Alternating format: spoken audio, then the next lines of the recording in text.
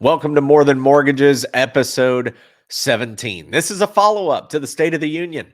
Joe Biden, the President of the United States, he has said that he is going to dip back in and help with all these different programs and lowering costs and trying to accelerate the housing market and trying to find more benefits and attack the big bad corporations and go after some of the lenders, work on the title companies and the closing costs, and try to encourage more people to refinance or sell or move around and get the housing market shuffling a little bit, because that's the problem we've kind of been stuck at, an inventory issue. So how do you get that thing going? How do you get more people off the fence who are sitting with rates at 2 and 3% right now in our country? So we're going to dive into that. Here's Zach Jones. We'll bring him up.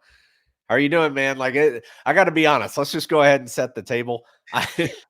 This is such a polarizing and uncomfortable topic because you say one thing, whether it's for someone or against someone, even if you're for a candidate or against a candidate, and people just automatically throw you to the far end of the spectrum. So I guess I'll open today with telling everyone, like, look, this is a conversation. We're not trying to convince you to vote, how to vote, where to vote, what to do. Simply a conversation around the housing economy with what was said at the State of the Union last week. So um, it was something, though. I mean, some new pieces of information that could impact you and I and a lot of people for the rest of this year and going forward. Well, I'll start. That's a great intro because I would like to take a neutral kind of Switzerland position about this, because it's not about red or blue for me. It's about really about where we are as a country and as a culture and as a society, and the role that the government and politics would like to play, or maybe even would like to believe that, like for us to believe that they play. Yeah. So number one, I would say that I don't believe that any of this has any teeth or merit or could even come about. This is a proposal made by the White House, and they're asking Congress to allocate all this money to do all these things. And it's an election year. We're 7 or 8 months, 6 months away from the election. The season is right up on us. If you did take a look at the State of the Union address, it was really more of a stump speech. It was a campaign speech as much as anything. So we've got to take all this stuff with a grain of salt and think about what are the real manifestations of what these proposals look like, and maybe some of the unintended consequences.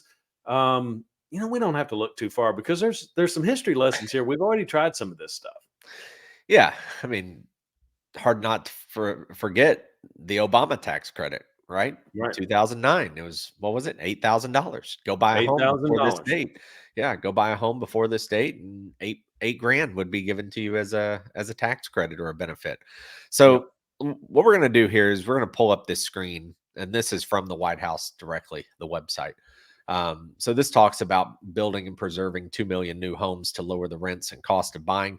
We're going to skip down into actually the meat of all this instead of just the preamble, if you will. Lowering the cost of home ownership. So this first one, this bullet point, mortgage relief credit. So here's the deal with this. First time home buyers, you get an annual tax credit, $5,000 a year for 2 years. So essentially you're getting 10 grand over 2 years. You're getting that's a savings of $416 per month over the for 2 straight years. That's the equivalent of reducing the mortgage rate by more than 1.5 percentage points for 2 years on the median home. It'll help 3.5 million middle class families.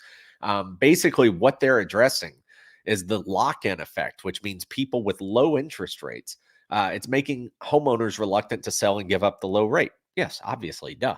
So, in these circumstances where the current home no longer fits the household needs, Joe Biden calling on Congress provide a 1-year tax credit of $10,000 to middle class families who sell the starter home, which is defined as homes below the area median home price in the county, which you'll have to look up. It'll vary county to county. Something in Nashville is going to cost more than something out in the middle of nowhere in West Tennessee. It's just the way it is. So, and that could help 3 million families. So we can dig into this one and start with the first time home buyers. I think one thing that sticks out for me a little bit here is it'll help because people are going to say, okay, well, at the end of the year, I'm going to get 5 grand back. If I owed taxes, I'm going to get a refund. I'm going to get some money back in my pocket. If I've paid into taxes all year long, then I'm going to get a nice little check back at the end of the year.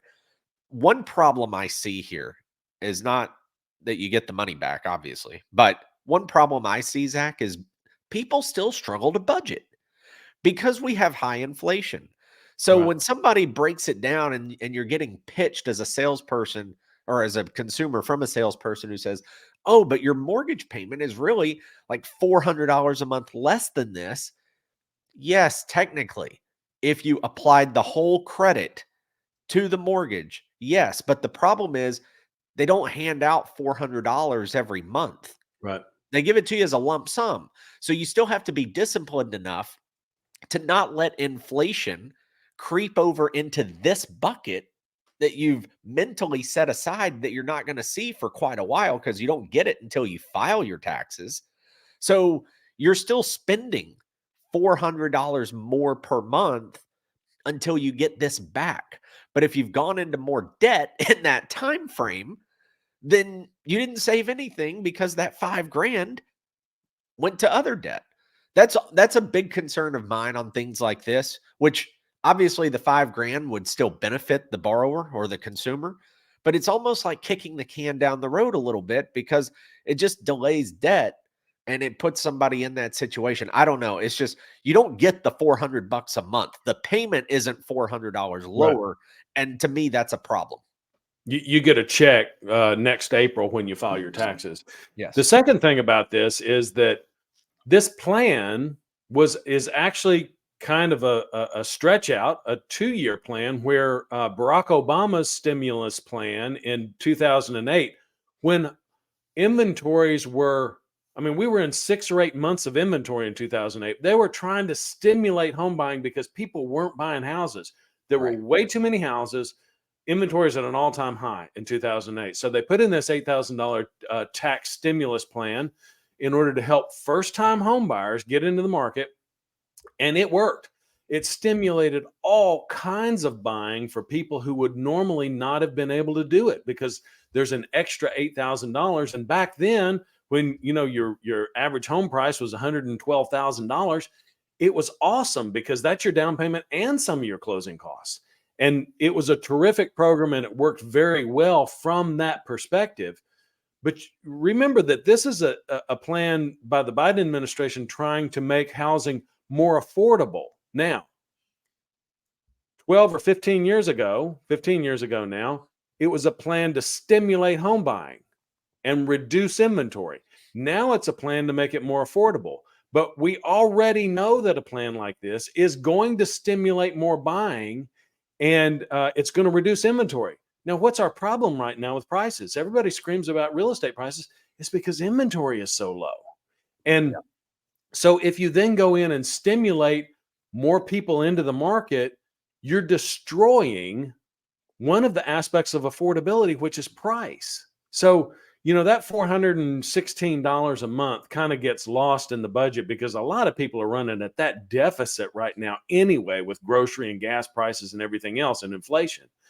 If you then stimulate home buying activity among those people who want to take advantage of it, you're going to reduce inventory and shoot those median prices up again, which is so it's exactly the opposite effect of what they're trying to achieve. They're wanting to create affordability, and what they're doing Yeah. is they're destroying affordability at the same time. Yeah. So, I agree. Go, keep going. Sorry. well, I was going to say the second piece of that also plays in that you're not going to move up buyers off the needle by offering a $5,000 credit for over a 2-year period of time. It effectively makes the same thing happen. Why don't you hit the hidden effect on inflation by all this stimulus money? Well, so real quick though on the move up buyer, just to clarify, a move up buyer only gets 10,000. Well, they get the same money, $10,000, Right. but it's a 1-year tax credit. Sorry, I said 2 So, years, didn't I? well, yeah, Apologize. you went with 5 over 2 year or 5 Right. a year for 2 years. It's 10 for 1 year. So it's the same money. It's just done a 1-year credit uh instead. So that that's another I don't know. I can't decide. Like, if you're sitting here with a house that is uh you bought it for 300. Today it's worth 525, which, don't laugh, that's perfectly reasonable with what Easy. we've seen. So you bought it for 3, it's worth 5 and a quarter. You made 225 on that house. Your interest rate is 2.5. My concern is, are you really going to sell that house and move up just because the White House is going to give you 10 grand now? My answer is no, because if you were going to vacate and move up and buy something else, it wouldn't be 10 grand that would move the needle for me, because you're already making 225. Like, what's the difference in making 225 and 235? It To me, there is no difference there. Right. So in this case, I think you're going to what you were talking about, Zach, is I think you're going to run into a problem where you have other people who will do it, or it will generate some activity, and then those people will, and they'll sell, and you'll get some more in the inventory. But I don't think you're going to get quite the spike. In fact, I think you're going to cause prices to continue to go higher and higher, because I still think that a lot of people are just going to sit back and hold on. They're just going Yep. to say no.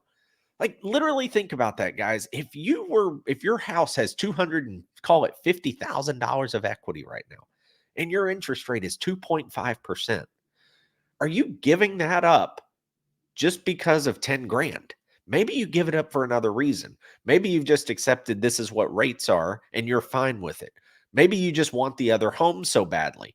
But a lot of people are also keeping that existing home, and they're Right. just figuring out how to pay for the new home because they don't want to give up the 2.5%. So I don't know. I just, to me, there's already such a huge gap, and there's already so much equity because there's so little inventory, that I don't think 10 grand is just going to move the needle for anyone. Not I just don't. meaningful for that step up buyer. I would agree. If, if you're short 10 grand, you go get a HELOC on your house for 10 grand. Right. You don't need the tax credit 10 grand.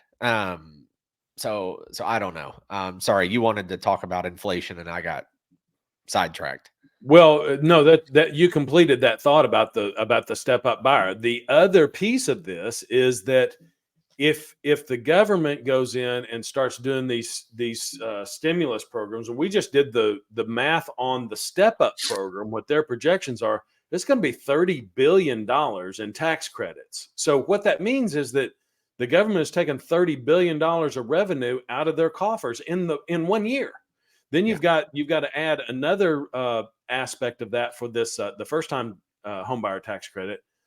So Which what's is that another going to do? 35 billion, by the way, because it's 10,000. That's spread over 2 years. So it's 17.5 million or billion a Okay. year for 2 years. So you're talking about $65 billion over a 24-month Ish, stretch. right? Yeah. Right. So it's a ton of money, and that money, we don't have that money as the United States government. The government's in debt. So we've got to Yeah. go print that money. And you know what that's going to do? It's going to increase inflation.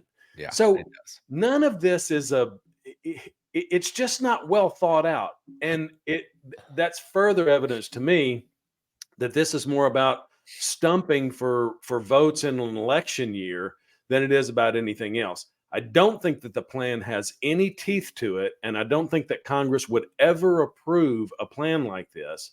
So it's all in proposal state. It's not we're gonna. It's we're trying to convince you that we're gonna. I think that that's the summary. And actually, I don't know. Both sides of the aisle, I don't think a lot of them understand what we do every day. Yeah, I think it's very, very few. So I think this, while we're poking holes in it and have concerns about it, I haven't heard comments from one side or the other, whether this is a partisan or bipartisan issue or a right, bill or right. proposal. I'm not sure, but I can tell you this: there's a lot of people on both sides, and I've given Elizabeth Warren hell Not that she listens to me, but I think she's clueless on a lot of this stuff and some of her accusations and comments over the past few years.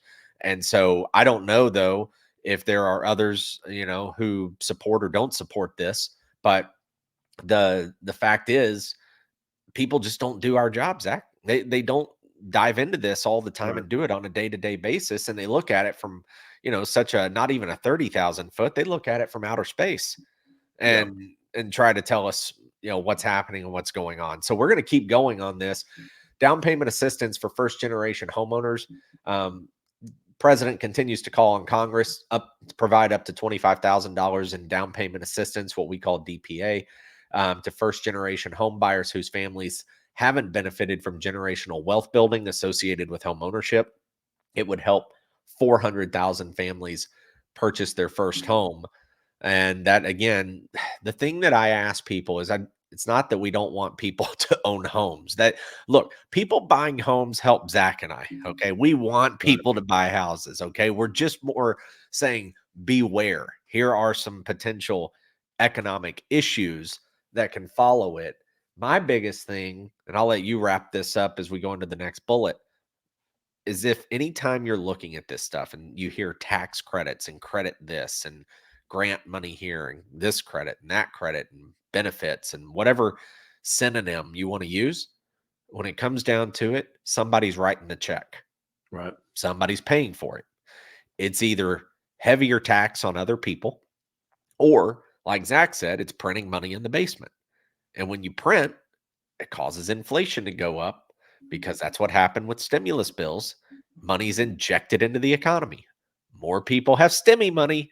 And so guess what? They can go buy things, which drives cost up. So somebody's paying for it. That's the only thing I can tell you is someone's paying for it. And that's what you have to be careful of. Yep. And it's not just it's a tax on this inflation thing is a tax on everybody who consumes. Yeah. Doesn't matter what your income level is. In fact, the lower income levels suffer more because they're paying the same price for that jar of mayonnaise that I'm paying. So it's an in proportionate tax on lower incomes when you're looking at inflation and the cost of living.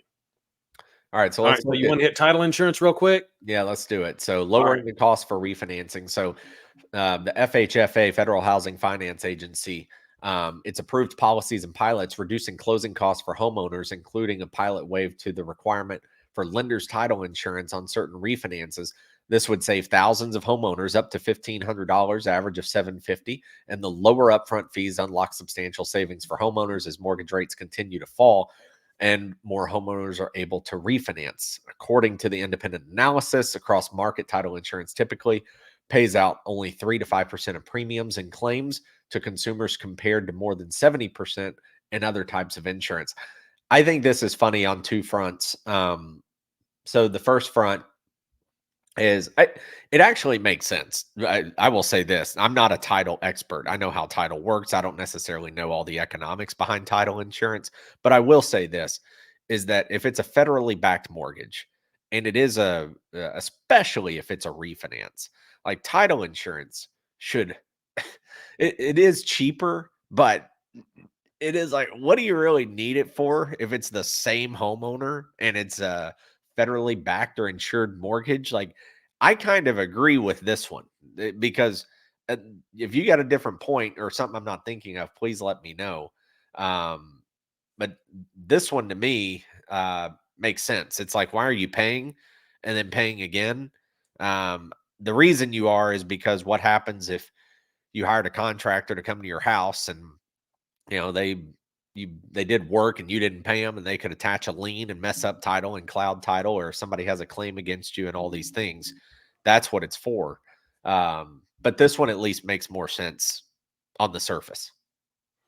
Well, there's always been a reissue credit on refinances. So Correct. basically, nobody understands really title insurance, period. So basically, when you do a refinance, you've got to do an insurance, a reissue of the title insurance policy when they did the title search to make sure there's no hidden liens and encumbrances. Sorry about that.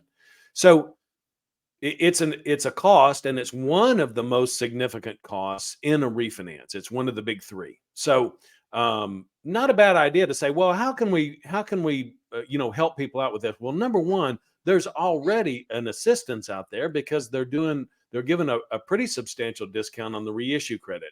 One Yep. could argue, well, maybe you waive the requirement for that and the lender accepts it and it's okay. That's fine.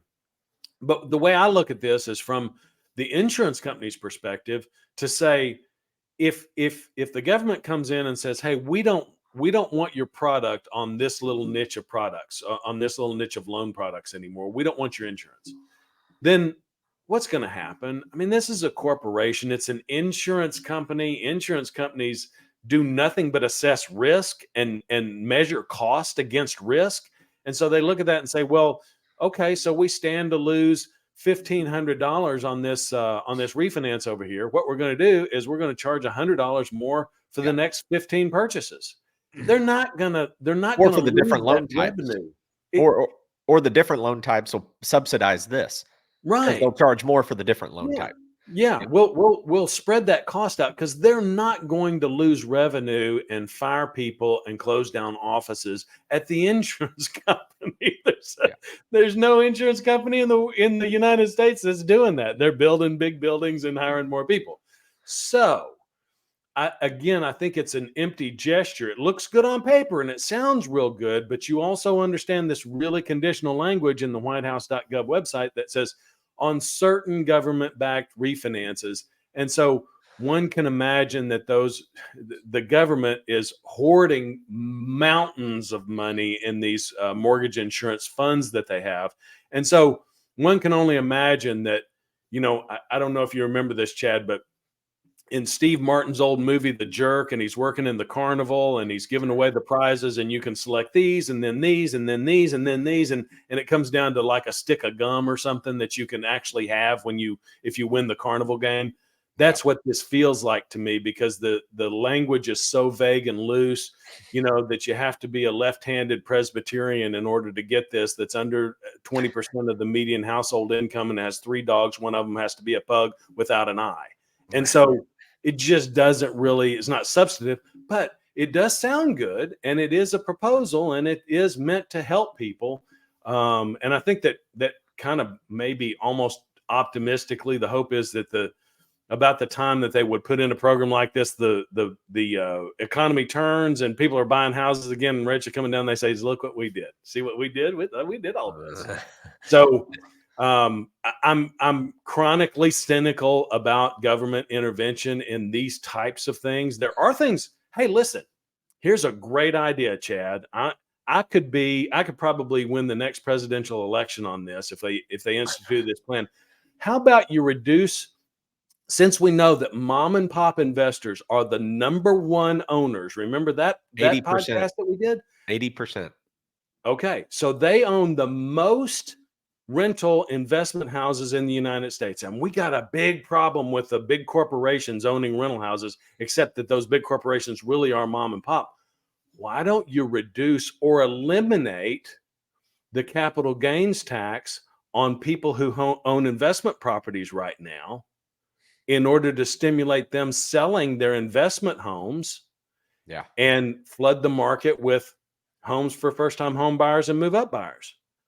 I can promise you today that if the capital gains tax were reduced or eliminated, I would bring a property or maybe more to the market for people to buy and live in. Be happy to do that. Yeah, absolutely. That would stimulate some sales. And that's not money that the government has. The government doesn't have to give me money to do that. They just have to not take money from me to do that. Well, the only thing there is they're on their balance sheet, they're going to anticipate a certain amount coming in from capital gains.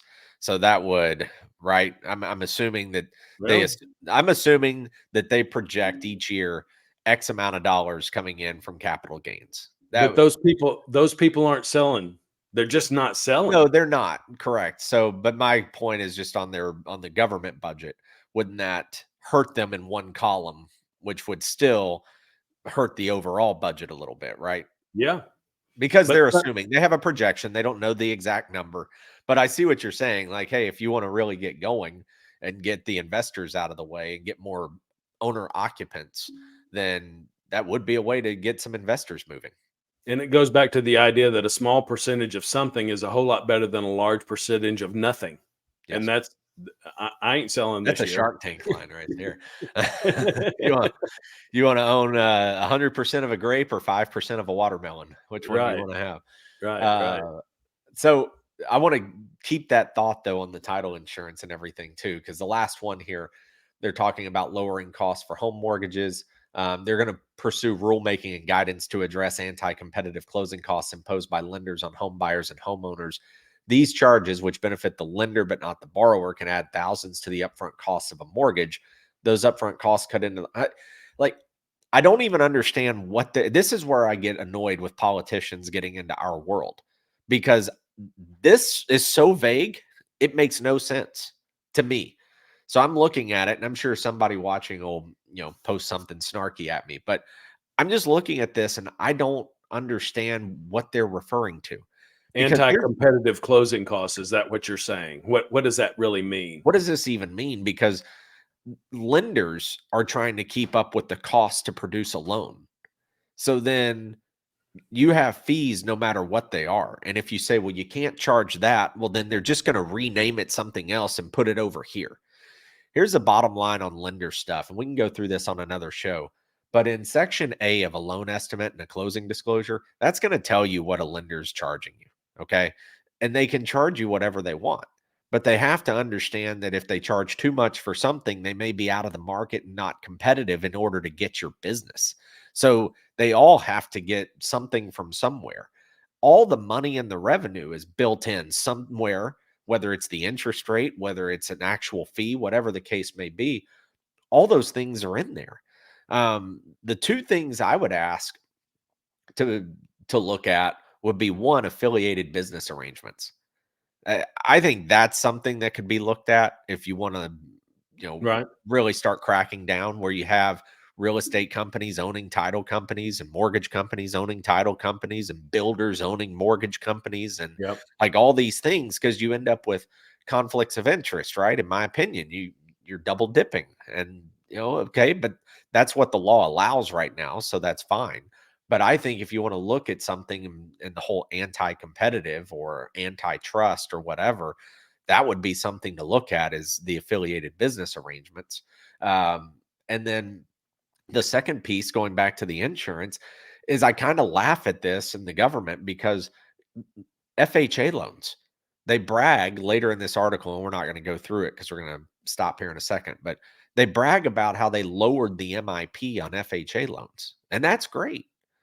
But the federal government is what's the amount, Zach, they're allowed to have? And it's like 2x or 3x. It's somewhere in there. And I should have And looked they're it up. like at 14x now or something ridiculous. The federal government, yes, literally has 4 or 5x of what they're required to have for mortgage insurance premiums set aside in case someone defaults or forecloses or whatever to make up that loss on a house. They have, again, 4, 5, maybe even 6x the amount. So yes, they did reduce it, but you want to talk about making it more affordable? Zach, that's money just sitting there. Yeah. Just sitting there. Make that more affordable because what they've done too, and I can tell you this because I ran this scenario this morning, somebody with a 628 credit score ran and didn't get approved on a conventional loan this morning. Okay. Yeah. But they increased interest rates for the 800 credit score to lower interest rates for the 628 person. They did that a year ago. And Right. guess what? Exactly what you and I talked about, Zach. The 628 person still can't get the system to give an approval. That's what we predicted, That's right? the problem. Yeah. That's Yeah. the problem. Yeah. So these rules are being made, but they're not really helping. So same thing with MIP. You want to save people money each month? Lower the MIP. Yeah. That's where your middle class borrower is anyway with an FHA loan. Help them out. Lower that. And that's money that would not affect the balance sheet either because that money is supposed to be used as a reserve for delinquency. That to me is where they're missing on some of the FHA stuff. Well, I won't go back because I know we're winding up here, but I want to go back and shoot a couple of holes in this idea and see if you track with me on this. Because I was just thinking as you were talking, okay, they're addressing, this one is addressing anti-competitive closing costs. And so if you look at a settlement statement, in general, you've got like 4 major categories. You've got the lender costs, you've got prepaids, interest prepaids, Yep. you've got title charges with title insurance, and then you've got taxes, transfer taxes, property taxes, etc. And in that order, those are kind of 4 to 1. 4 being the least expensive category is the lender costs. And this promotion here is that they're going to address lender costs that are making the price of mortgages too high. Well, that's the lowest cost in the mix. They're not addressing the prepaid items, which include property taxes. Not going to do anything about that. And then the transfer taxes are either going to be number 2 or number 1 cost, with title insurance being either one of those, depending on where you're at and how much those transfer taxes are. So if they really wanted to do something, reduce transfer taxes. They're not going to do that because that benefits your local and state and local governments. And I don't have a problem with transfer taxes, at least where we live and do business, because they're really quite reasonable, at least in Tennessee. So I just don't know how they cut all this down. There's not really very many fees that lenders are actually charging. We've incurred a lot of different costs for the higher regulation on mortgage loans. It used to cost $900 and it costs $4,000 now to originate a loan, or whatever those numbers are. So again, I think it's a lot of posturing. I think it's election year stump speeches. Don't know that there's really much substance to any of these things, but it doesn't take much to kind of look beyond and see, wait a minute, this is really not as it seems. Nobody's giving you $400 a month to help you pay your mortgage. You might get a refund down at the end of the year, but that money's already spent. How many people do you? I mean, we always do this every year in the mortgage business. Well, you're looking for a little bit extra money for your down payment or closing costs. Are you expecting a tax refund? Oh no, we've already spent that. It's always already spent. So it's already allocated over here. I was going to pay off that credit card with that. That's exactly right, to try to get my debt to income ratio down, because I've been paying $6 a dozen for eggs for the last 9 months. So, yep, everybody knows the problem. Look, Zach and I don't have all the answers. It's more just we like to brainstorm, and too many times people hear the headlines and they don't read the meat of the article, and then start realizing what kind of a potential impact it has. And we're not economists either, so it's more, or I'm not. Maybe Zach is under the, behind the scenes, but we do understand what happens with the mortgage world and how these things impact it, and what our buyers and customers and families go through each and every time they give us a phone call. And this kind of stuff is real life scenario. It's what actually happens and what we see. So anyway, we'll see what happens. It is an election year. Obviously, positive news is going to be pushed. Jerome Powell is going to try and push rates down a little bit so that he can get reappointed before either one wins, whether it's Biden or Trump. He wants to make Biden look good. He wants to get reappointed before Trump gets elected because Trump doesn't like him. So we'll see. It's all political. It's all games. And it's all how can we make this look as good as possible, and what kind of holes can we poke in the other side. So we'll see. But that's what was addressed in the State of the Union last Thursday night. And only time will tell what gets passed by Congress. So what you can do in the meantime, though, is help us posture a little bit on social media. So if you can like, follow, subscribe, what else? Hit the bell. Do any and everything. Share this stuff. Zach is at Zach Jones Loans. I am at This Chat is Real. And we appreciate you guys. This is 17 episodes in the books now, and hope you've enjoyed these. We've enjoyed them, and it's good to have a little outlet and some bantering. So curious to hear your thoughts, DM or comment. Would love the engagement. And until next time, we'll see what happens, and we'll be back with number 18 next week. So for Zach, I'm Chad. Take care. We'll talk to you soon. See you next time.